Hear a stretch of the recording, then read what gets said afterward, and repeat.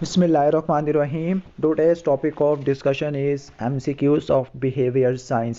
इसके तकरीबन 63 MCQs यहाँ पे दिए हुए हैं, तो उसको रिवाइज करने वाले हैं। तो आपने वीडियो को अभी से लाइक कर देना है, चैनल पे नहीं हो तो सब्सक्राइब कर देना है। आपको पता है कि BS के अंदर 5 सेक्शन होते हैं, section A, section B, section C, section D और सेक्शन ई। इसके अंदर ए, बी और ई ये बहुत इंपॉर्टेंट होते हैं। सबसे ज़्यादा नहीं, बी वाला इंपॉर्टेंट नहीं है, सॉरी, ए, सी और ई सबसे ज़्यादा इंपॉर्टेंट सी वाला होता है, और कुछ टॉपिक्स ई के भी इंपॉर्टेंट है। जैसे पहला MCQ है, इमोशनल इंटेलिजेंस से रिलेटेड है। तो इमोशनल इंटेलिजेंस के बारे में क्या बात बिल्कुल ठीक है। तो इमोशनल इंटेलिजेंस को किस तरह से डिफाइन कर सकती है? The ability to perceive, understand and manage emotions. तो ऑप्शन डी सबसे बेस्ट ऑप्शन होगा। एग्जाम में कभी कभार EQ और IQ का डिफरेंस आ जाता है। तो EQ और IQ का डिफरेंस किस तरह से होगा? जो IQ होता है कॉग्निटिव इंटेलिजेंस को मेजर करता है, EQ इमोशनल इंटेलिजेंस को मेजर करता है। IQ ये वो एबिलिटी होती है जिसके ज़रिए हम किसी भी प्रॉब्लम को सॉल्व कर सकते हैं, या कोई कुछ नया सीख सकते हैं, या लॉजिक को यूज़ कर सकते हैं। EQ के अंदर हम 4 चीज़ें कर सकते हैं। इमोशंस को परसीव कर सकते हैं एक्यूरेटली, या इमोशन को यूज़ कर सकते हैं टू फैसिलिटेट थिंकिंग, या फिर इमोशन के जो मीनिंग होते हैं उनको अंडरस्टैंड कर सकते हैं, या इमोशंस को यूज़ कर सकते हैं ओके अपने स्पीच के अंदर, अपने एक्शंस के अंदर okay.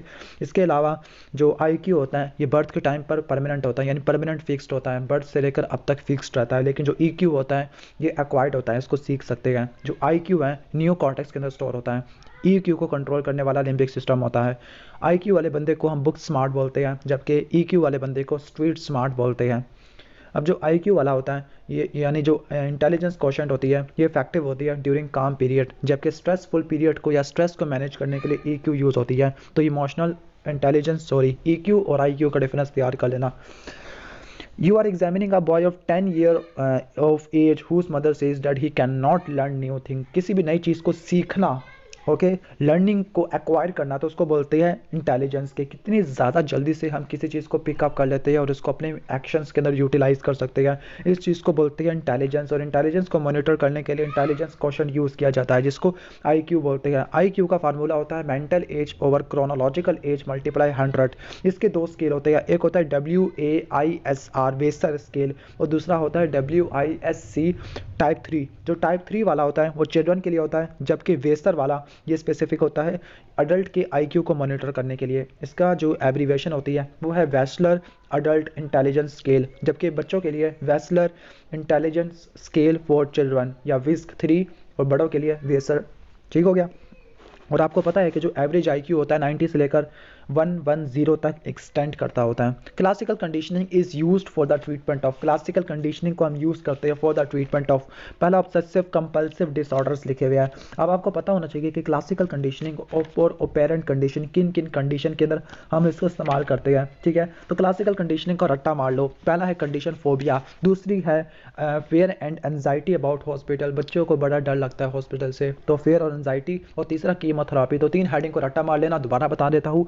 Chemotherapy, fair and anxiety about hospitals, and the last is phobia. और फोबिया को जो ट्रीट करने के लिए टेक्निक यूज़ करते हैं उसका नाम है सिस्टेमिक डिसेंसिटाइजेशन। जबकि ओपेरेंट कंडीशनिंग इसको हम किन किन कौन कौन से प्रॉब्लम को सॉल्व करने के लिए यूज़ करते हैं, लाइक बैड हैबिट्स के अगेंस्ट हम यूज़ कर सकते हैं। ठीक हो गया ओके, डिफरेंट बैड हैबिट्स होती है तो इनके अगेंस्ट हम यूज़ कर सकते हैं किसको, ओपेरेंट कंडीशनिंग को। एग्जाम में क्लासिकल कंडीशनिंग और ओपेरेंट कंडीशनिंग का डिफरेंस भी आ जाता है। ठीक है, तो ओपेरेंट कंडीशनिंग और क्लासिकल कंडीशनिंग में क्या फ़र्क होता है? जो ओपेरेंट कंडीशनिंग के अंदर स्टिमुलस रिफ्लेक्स के बाद अप्लाई करते हैं, रिस्पॉन्स के बाद स्टिमुलस अप्लाई करते हैं और फिर रिजल्ट आता है इसी स्टिमुलस के ऊपर। लेकिन क्लासिकल कंडीशनिंग के अंदर स्टिमुलस पहले अप्लाई कर देते हैं। क्लासिकल को डिस्कवर किया था पावलव ने, जबकि ओपेरेंट कंडीशनिंग को डिस्कवर किया था BF स्किनर ने डिस्कवर किया था। ठीक हो गया। इसके बाद जो क्लासिकल कंडीशनिंग है इसमें दो चीज़ें जुड़ जाती है। ठीक है, स्टिमुलस और रिस्पांस का एसोसिएशन होता है, जबकि ओपेरेंट कंडीशनिंग रीइंफोर्समेंट के ऊपर डिपेंड करती है। क्लासिकल कंडीशनिंग इनवॉलंटरी और ऑटोमेटिक होती है, ओपेरेंट कंडीशनिंग वॉलंटरी होती है, एनवायरनमेंट के ऊपर ऑपरेट करती है। जो क्लासिकल कंडीशनिंग है पैसिव लर्निंग है, जबकि ओपेरेंट कंडीशनिंग एक्टिव लर्निंग होती है। इनका डिफरेंस तैयार कर लेना आप ओके। और एग्जाम में बहुत ज़्यादा इनके MCQs आ जाती है, क्लासिकल कंडीशनिंग और ओपेरेंट कंडीशनिंग। अभी आपको पता चल जाएगा कि इतने सारे MCQ आने वाले हैं। एक पूरा सिनेरियो दिया हुआ है क्वेश्चन नंबर 4 के अंदर। अली डोगर एक मेडिकल स्टूडेंट था जिसको ये आदत थी कि जैसे ही वह पढ़ने बैठता था तो पढ़ाई के दौरान लंबे लंबे ब्रेक्स लेता था। अब ये वाला इस प्रॉब्लम को सॉल्व करने के लिए ओपेरेंट कंडीशनिंग अप्लाई होती है। अब कौन सा ओपेरेंट कंडीशनिंग वाला प्रिंसिपल यूज़ करना चाहिए आइए, अब आपको डिफरेंट प्रिंसिपल का पता होना चाहिए। पहला इन्होंने लिखा हुआ नेगेटिव रीइंफोर्समेंट। नेगेटिव रीइंफोर्समेंट का मतलब क्या होता है? रीइंफोर्समेंट का मतलब है बिहेवियर बढ़ जाना, पनिशमेंट का मतलब बिहेवियर कम हो जाना, पॉजिटिव का मतलब है कि हम रिवार्ड देंगे, ठीक है, रिवार्ड देके बिहेवियर को बढ़ा देना। या नेगेटिव रीइंफोर्समेंट का मतलब है कि जो नेगेटिव स्टिमुलस है या जो नेगेटिव कॉन्सिक्वेंसेज होती है या पनिशमेंट को हटा के बिहेवियर को बढ़ा देना। ओके, तो इसको बोलते हैं नेगेटिव रीइंफोर्समेंट। पनिशमेंट में बिहेवियर कम हो जाता है। अब उसको क्या करना चाहिए कि वो ब्रेक्स को ख़त्म करना शुरू कर दे। या एक एग्जांपल बुक के अंदर लिखी हुई है। ओके, ऑपरेंट कंडीशनिंग को हम किन किन कंडीशन के अंदर इस्तेमाल कर सकते हैं? ओके, यानी बैड हैबिट्स के केस में इस्तेमाल कर सकते हैं, ठीक है। ओके, या फिर ऐसे सिग्नल्स को नैरो डाउन कर सकते हैं जो कि बैड हैबिट को एलिसिट करवाता है, या फिर इनकम्पैटिबल रिस्पॉन्स प्रोवाइड करते हैं in the presence of stimuli जो कि हैबिट को कुछ ज़्यादा एक्सीड कर जाता है, ठीक है। ओके, और नेगेटिव प्रैक्टिस को यूज़ करते हैं to associate bad habit with the discomfort. अब ये वाले जो एग्जांपल है ना, ये वाली एग्जांपल बुक में किस कैटेगरी से अंदर आती है? अगर मैं इसको कंफर्म कर लूँ बुक वाली कैटेगरी के अंदर से कि जो लंबे लंबे ब्रेक्स ले लेना, तो ये आती है try to discover what is reinforcement a bad habit and remove और डिले द रीइंफोर्समेंट। तो जो ये आएगा नेगेटिव रीइंफोर्समेंट भी आएगा, क्योंकि जो इसने करना क्या होगा, इसने जो पढ़ाई वाले इंटरवल को बढ़ा देना है, और नेगेटिव रीइंफोर्समेंट है यानी पढ़ाई को बढ़ा देना है लेकिन नेगेटिव चीज़ को छोड़ देना है जो कि ब्रेक लेती है। आगे है the component of emotional intelligence. Emotional intelligence के कंपोनेंट के अंदर कौन सा नहीं आता? इमोशनल इंटेलिजेंस के अंदर सेल्फ अवेयरनेस भी आती है। ओके, सेल्फ अवेयरनेस है, मैनेज इमोशंस है, मोटिवेटिंग ऑन सेल्फ है, रिकॉग्नाइजिंग इमोशन ऑन अदर्स है, हैंडलिंग रिलेशनशिप है। लेकिन एक्सट्रीम ऑफ इंटेलिजेंस ये EQ के अंदर नहीं आता। ये सारे कंपोनेंट्स थे EQ के। नेक्स्ट है Maslow pyramid of hierarchical needs होती है, ठीक है। तो सबसे ऊपर जो पड़ा हुआ होता है वो सेल्फ एक्चुअलाइजेशन होता है। सेल्फ एक्चुअलाइजेशन का मतलब है कि जिन लोगों के पास जो कैपेबिलिटी होती है, जो कैपेसिटी होती है, जो एबिलिटी होती है, उन लोगों को अपने इस एबिलिटी का, स्किल का पता होता है और वो इसका अच्छे तरीके से इस्तेमाल करते हैं। तो ऐसे लोग जो अपनी सलाहियतों का अच्छे तरीके से इस्तेमाल करते हैं और बहुत ज़्यादा इस्तेमाल करते हैं, तो उनको बोलते हैं सेल्फ एक्चुअलाइजर्स। सबसे ऊपर सेल्फ एक्चुअलाइजेशन पड़ा हुआ है, सबसे नीचे फिजियोलॉजिकल नीड है, फिर इसके ऊपर सेफ्टी और सिक्योरिटी ऑफ द बॉडी है, फिर इसके ऊपर लव एंड बिलोंगिंग्स है, फिर उसके ऊपर सेल्फ स्टीम है और लास्ट में सेल्फ एक्चुअलाइजेशन है। तो ये Maslow pyramid of hierarchical needs है। A medical student when starts to learn the surgical procedure made mistake. पहले शुरू में मिस्टेक करता था लेकिन वो परफेक्शन को अचीव कर लेगा। तो अपने रिस्पॉन्स को यानी जो ठीक है एग्जैक्टली ना कर पाना बल्कि उसके करीब करीब पहुंच जाना, ठीक है, तो उसको क्या बोलते हैं? हम शेपिंग बोलते हैं। तो ये बुक की लाइन है, तो ये शेपिंग है। शेपिंग के अंदर ये वो होती है, टेक्निक होती है जिसमें हम अपने वांटेड बिहेवियर की तरफ अप्रोक्सीमेटली अपना रिस्पॉन्स आना शुरू हो जाता है। यानी हम जो वांटेड बिहेवियर जो हम चाहते हैं वैसा करने की पूरी कोशिश करते हैं। 100% पहली बारी में कभी भी नहीं होता, 90% करते हैं, फिर उसको बढ़ाते बढ़ाते बढ़ाते फाइनली 100% आ जाएगा, तो इसको बोलते हैं शेपिंग, ठीक है। इसके बाद है next question, when mister Azeem Ahmed 65 year old visits his physician the blood pressure is elevated. जब भी अपने फिजिशियन के पास जाते थे तो उनका ब्लड प्रेशर हाई होता था। ओके, ठीक हो गया, लेकिन घर के ऊपर इनका ब्लड प्रेशर नॉर्मल होता था। तो वो फिजिशियन को देख के इनका ब्लड प्रेशर बढ़ जाना। तो आपको पता होना चाहिए कि दो टाइप के स्टिमुलस होते हैं, एक होते हैं कंडीशन स्टिमुलस, दूसरा होता है अनकंडीशन स्टिमुलस होता है। इन दोनों की डेफिनेशन आपको आनी चाहिए। इसी तरह रिस्पॉन्स भी दो टाइप का होता है, अनकंडीशन और कंडीशन। जो अनकंडीशनड होता है, ठीक है, अनकंडीशन स्टिमुलस होता क्या है? जो अनकंडीशन स्टिमुलस है, ओके, ये वो स्टिमुलस होता है जिसको हम कह सकते हैं कि वो स्टिमुलस जो नेचुरल रिस्पॉन्स प्रोवाइड करता है, जो नेचुरल रिस्पॉन्स प्रोवाइड करेगा किसी भी चीज़ का।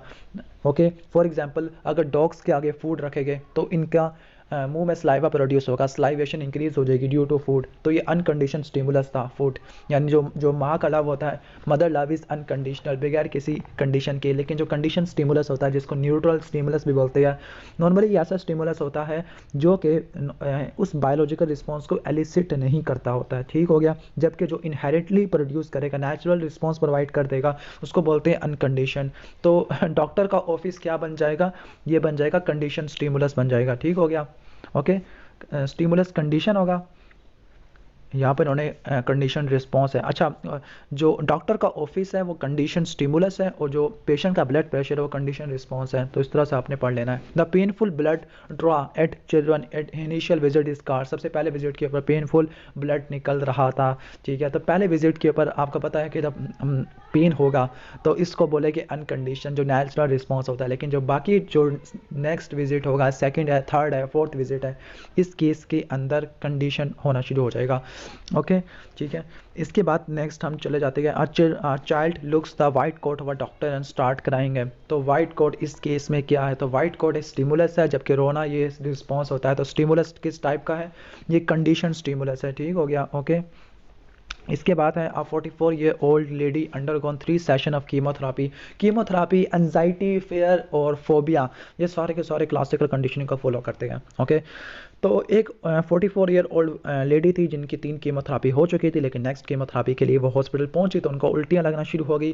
तो विच टाइप ऑफ लर्निंग, तो एक क्लासिकल कंडीशनिंग है, कीमोथेरापी का रट्टा मार लेना। A patient of diabetes increases his time spent in exercise in order to reduce the number of insulin injection, the increase exciting behavior। अब देखो उसने अपना बिहेवियर बढ़ा दिया ताकि उसको इंसुलिन के इंजेक्शन ना लगे।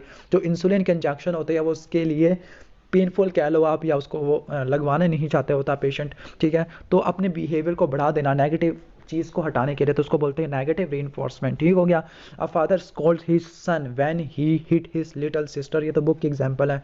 Okay, the son eventually stop hitting, तो सन ने क्या किया, बिहेवियर को स्टॉप कर दिया to minimise the negative stimulus, ठीक है, ताकि उसको नेगेटिव स्टिमुलस ना मिले या नेगेटिव रिस्पॉन्स ना मिले। तो नेगेटिव रिस्पॉन्स को या पनिशमेंट से बचने के लिए बिहेवियर को कम कर देना, तो उसको क्या बोलते हैं, इसको बोलते हैं ठीक है, पनिशमेंट या नेगेटिव पनिशमेंट वैसे आना चाहिए था। नेक्स्ट है Ali Hasan. Ali Hasan 3rd year medical student था। वार्ड की रोटेशन में, सर्जरी के वार्ड की रोटेशन में ज्वाइन किया उसने, ठीक है, लेकिन उसको पता चला कि वो भी सर्जन जैसा बनना चाहता है, ठीक है। तो किसी की कॉपी करना, तो कॉपी मॉडलिंग कहते हैं, ठीक है, जिसको ऑब्जर्वेशनल लर्निंग भी बोलते हैं। ओके, जबकि शेपिंग क्या होती है, शेपिंग ये होती है कि हम रिवार्ड देते हैं ताकि अपने वांटेड बिहेवियर को अचीव करें, यानी पूरा जो हम चाहते हैं किसी भी चीज़ को वो करने की पूरी कोशिश करते हैं। शुरू में अचीव नहीं होता लेकिन 90% होते होते फाइनली 100% हो जाता है, तो उसको बोलते हैं शेपिंग। ओके, इसके बाद है next 15 MCQ। After accident MRI and CT scan show severe damage to the hippocampus. Hippocampus को डैमेज हो गया। तो हिप्पोकैम्पस के अंदर आपको पता है कि कौन से टाइप की मेमोरी होती है, लॉन्ग टर्म मेमोरी होती है, और हिप्पोकैम्पस के डैमेज होने की वजह से एंटीरोग्रेट एमनीजिया हो जाएगा। अब ये वाला जो टॉपिक है ये मेमोरी वाले टॉपिक से डिराइव किया गया MCQ। आपको पता है कि मेमोरी 3 टाइप की होती है, सेंसरी है, शॉर्ट टर्म मेमोरी है और लॉन्ग टर्म मेमोरी है। लॉन्ग टर्म मेमोरी को भी दो में डिवाइड करते हैं, इम्प्लिसिट मेमोरी और एक्सप्लिसिट मेमोरी। एक्सप्लिसिट मेमोरी को मजीद दो में डिवाइड करते हैं, एपिसोडिक मेमोरी और सिमेंटिक मेमोरी।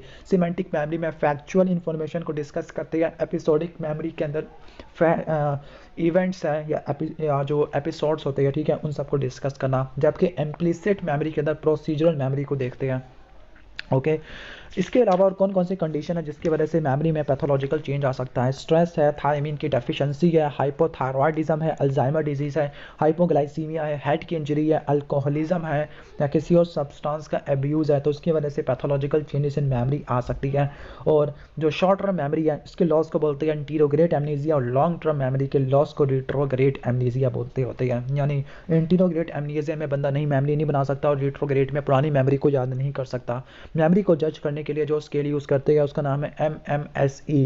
M से बनता है मिनी, एक और M से बनता है मेंटल स्टेट एग्जामिनेशन, MMSE, ठीक है। ये स्केल को यूज़ करते हैं to check dementia. Tendency to rely heavily on past experience को पर रिलाई करना इन प्रॉब्लम सॉल्विंग, तो उसको क्या बोलते हैं, इस टॉपिक को बोलते हैं। अभी ये वाला एग्जैक्टली यहाँ पर किताब में नहीं लिखा हुआ, या लिखा हुआ होगा तो वैसे नहीं लिखा हुआ, तो ये रिजिडिटी बनता है। ओके, और कोई बन ही नहीं सकता। जो ऑब्जर्वेशनल लर्निंग होती है उसको मॉडलिंग बोलते हैं।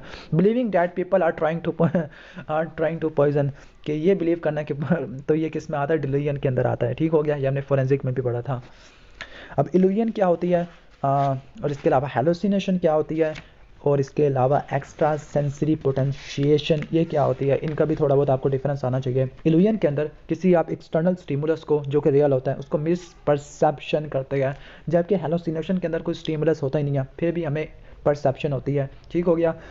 ओके, तो इल्यूजन की किन किन चीज़ की हो सकती है, लाइक अगर कोई विजुअल स्टिमुलस था, ओके, फॉर एग्जांपल कोई किताब पढ़ी हुई थी, लोग कहते हैं कि एक बंदा कहता है कि किताब है, लेकिन दूसरा बंदा कहता है कि किताब नहीं है बल्कि कोई ट्रेन है या कोई और न्यूज़पेपर है। तो इल्यूजन का मतलब है किसी एक्सटर्नल स्टिमुलस को मिस इंटरप्रेट करना, लेकिन अगर गलत परसेप्ट करना या कोई स्टिमुलस है ही नहीं, परसेप्शन करना, तो उसको बोलते हैं हेलोसिनेशन है। एक्स्ट्रा सेंसरी परसेप्शन के अंदर क्लेयरवुएंस आ जाती है, टेलीपैथी आ जाती है, टेलीकाइनेसिस आ जाता है और प्री कॉग्निशन आ जाएगा। इन चारों को भी देख लेना आप। Which of the following symptom of schizophrenia is likely to respond to antipsychotic medicine use करते हैं, तो पे कौन सा सिम्पटम शिज़ोफ्रेनिया का रिस्पॉन्स सबसे अच्छे तरीके से हो सकता है? पहला डिल्यूजन है, poor speech contact, lack of motivation, social withdrawal. I think जो शिज़ोफ्रेनिया वाले जो क्वेश्चंस हैं ना, इस किताब में बहुत ज़्यादा कम लिखे हुए हैं, या फिर इस किताब में उस तरीके से लिखे हुए नहीं हैं। बिहेवियर साइंस में जो मुवद्दिद हुसैन राना है, ठीक है, तो ये वाला टॉपिक है जो शिज़ोफ्रेनिया, इसको आप कैप्लान से या BRS से थोड़ा बहुत देख लेना, क्योंकि शायद ये पर्सनैलिटी डिसऑर्डर वाले चैप्टर में से आ जाता होता है, ठीक है। तो क्योंकि शिज़ोफ्रेनिया एक बिहेवियर साइंस का एक डिसऑर्डर है, तो इसको तैयार कर लेना, कभी कभार यहाँ से भी MCQ आ जाती है। ओके, ऑन द अच्छा, पर्सनालिटी डिसऑर्डर्स 3 टाइप की होती है, क्लस्टर A, क्लस्टर B और क्लस्टर C। क्लस्टर B को मैड बोलते हैं, क्लस्टर B को बैड बोलते हैं और क्लस्टर C को सैड बोलते हैं। इसका मिमोनिक होता है MBBS। जैसे M से मैड और क्लास B के अंदर बैड आ रहा है और C में S आ रहा है, तो MBBS, mad, bad, sad. Mad के अंदर पहला लिखा हुआ है पैरानॉइड। पैरानॉइड जो डिस्ट्रस्टफुल होता है, प्री ऑक्युपाइड होता है किसी कॉन्स्पिरेसी थ्योरीज के साथ। शिज़ोइड के अंदर वो बंदा डिटैच होता है, इमोशन लेस होता है। शिज़ोटिपिकल के अंदर वो सोशली ऑड होता है, मैजिकल थिंकिंग होती है। क्लस्टर B के अंदर एग्जाम्पल आती है हिस्टोरिनिक की, जिसमें वो प्रोवोकेटिव भी हो सकता है, ड्रामेटिक भी हो सकता है, इमोशनली शैलो भी हो सकता है। एंटी सोशल में, जिसको साइकोपैथ बोलते हैं, इसमें बंदा एग्रेसिव होता है, मैनिपुलेटिव होता है, चार्मिंग होता है, डिसरिगार्ड होता है, दूसरे के राइट्स को पसंद नहीं करता, ओके, और डिसऑर्डर को कंडक्ट करता है। नार्सिसिस्टिक, इसमें grandiose, self loving, lack of empathy और सेंस ऑफ इंटाइटलमेंट होती है। क्लस्टर C के अंदर, जिसको हम सैड बोलते हैं, इसमें ऑब्सेसिव कंपल्सिव डिसऑर्डर आ जाएगा, OCD आ जाएगा। बस इतना रट्टा मार लो। नेक्स्ट है, sometimes she become frightened when her room is dark because her computer looks like a line lurking in the corner. तो ये किस चीज़ की एग्जाम्पल होती है? तो ये मिस इंटरप्रिटेशन कर रहे हैं किसी स्टिमुलस के, तो उसको क्या बोलते हैं हम? इसको इल्यूजन बोलते हैं। ओके, ठीक है। The percentage of population with schizophrenia who attempted suicide. अब वंस अगेन ये MCQ इस किताब से बाहर है, तो फिर इसको ऐसे ही रट्टा मारो। The most common type of hallucination in schizophrenia. Schizophrenia के अंदर कौन सी हेलोसिनेशन काफ़ी ज़्यादा कॉमन होती है? तो ये भी रट्टा मार लो। ऑडिटरी वाली हेलोसिनेशन काफ़ी ज़्यादा कॉमन होती है शिज़ोफ्रेनिया के अंदर। ये वैसे इंपॉर्टेंट है, फार्मा में भी था। Okay, A 45-year-old man with a 20-year history of severe depression, psychotic symptom has held different jobs, but none of them for more than 6 months. He is successfully treated with severe depressive symptom, but he remained withdrawn and odd. What is the most appropriate diagnosis for this patient? Okay, तो इसका most appropriate diagnosis क्या होगा? अब ये जो personality disorder था ना, कि इस किताब में सही तरह लिखे हुए नहीं है, तो फिर आप इनको किसी और किताब से करने की कोशिश कर लेना, BRS से, कैप्लान से देख लेना। ठीक हो गया। आगे विच of the following issue is four most important in the hypocrite. तो कॉन्फिडेंशियलिटी जो सबसे ज़्यादा ब्रीच होती है हिपोक्रेटिक ओथ के अंदर, ये बुक की लाइन है, तो उसको तैयार कर लेना। नेक्स्ट है, a female patient comes to the doctor clinic wearing revealing clothes है। She comes up very close to the doctor and start asking him personal questions in a seductive tone.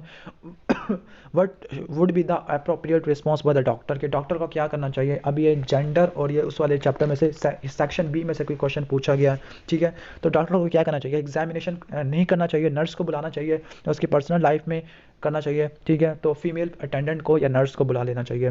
Treatment decision is only made by, अब decision का वो हमेशा patients के पास होता है, लेकिन ठीक है, ओके।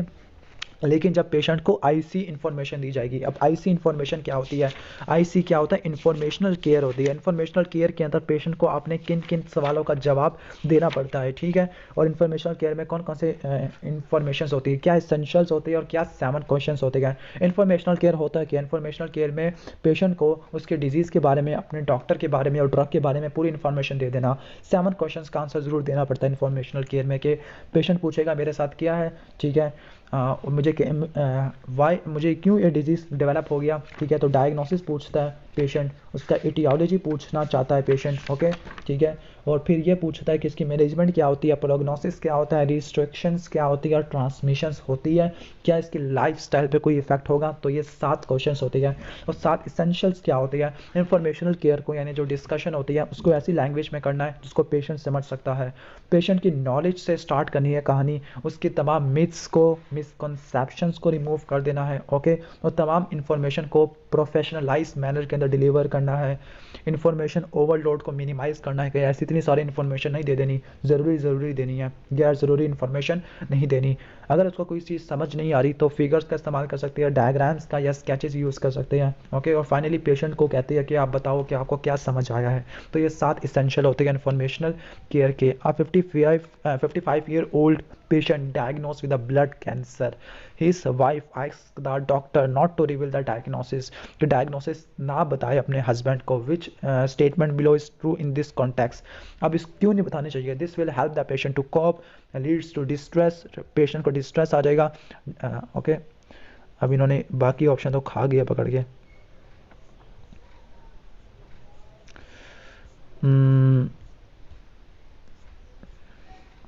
अब इसके बाकी ऑप्शन यहाँ पे है ही नहीं। चलो कोई बात नहीं, हम 40 से स्टार्ट कर लेते हैं MCQ, okay. A 24-year-old patient with a schizophrenia tells the physician that the CIA is listening to his telephone conversation through his telephone set. This patient is describing, ये क्या बता रहा है, ठीक है। तो ये शिजोफ्रीनिया, तो शिजोफ्रीनिया के अंदर सबसे ज़्यादा जो कॉमन साइकियाट्रिक डिसऑर्डर है वो डेलूजन होता है। The parents of 5-year-old boy report that the child often screams during the night. They are particularly concerned because during this disturbance the child sit up, open his eyes and looks right through them, and they are unable to awaken him. The child has no memory of these experiences in the morning. Physical examination is unremarkable and child is doing well in the kindergarten. During this disturbance the child electroencephalogram is most likely characterized by, कौन सी होगी, बस एक रट्टा मार लो, जब आंखें बंद होगी तो कौन सी टाइप की वेव आती है, वो अल्फा वेव्स आती है, ठीक है, जिसमें बंदा थोड़ा सा आंखें बंद करके रिलैक्स हुआ पड़ा होता है। और बीटा वेव कब आती है, जब वो कोई ना कोई एक्टिविटी परफॉर्म कराता होता है। The best way to deal with the verbal abuse is, कोई वर्बली अब्यूज़ करा तो फिर आपने क्या करना है उसके साथ, ठीक है, ओके। अब लिसनिंग इंटेंशनली उसकी गालियों को सुनना है, या उसकी नॉलेज को एक्नॉलेज कर लेना है, या डूइंग अ परसेप्शन चेक, या फिर चार्ली ऑप्शन है letting the anger run its course. अभी एमसीक्यू पता नहीं किस किस जगह से डिराइव्ड कर रहे हैं, थोड़ा सा कुछ समझ नहीं आ रहा। तो आई थिंक इस वीडियो को यहाँ पे लास्ट कर देते हैं, एंड कर देते हैं, लास्ट नहीं करना, एंड कर देना है। अगर आपको वीडियो अच्छी लगी है तो वीडियो को लाइक कर देना, चैनल पर नहीं हो तो सब्सक्राइब कर देना। बाकी 20 एमसीक्यू रह गए, उसको नेक्स्ट वीडियो में कवर कर लेंगे।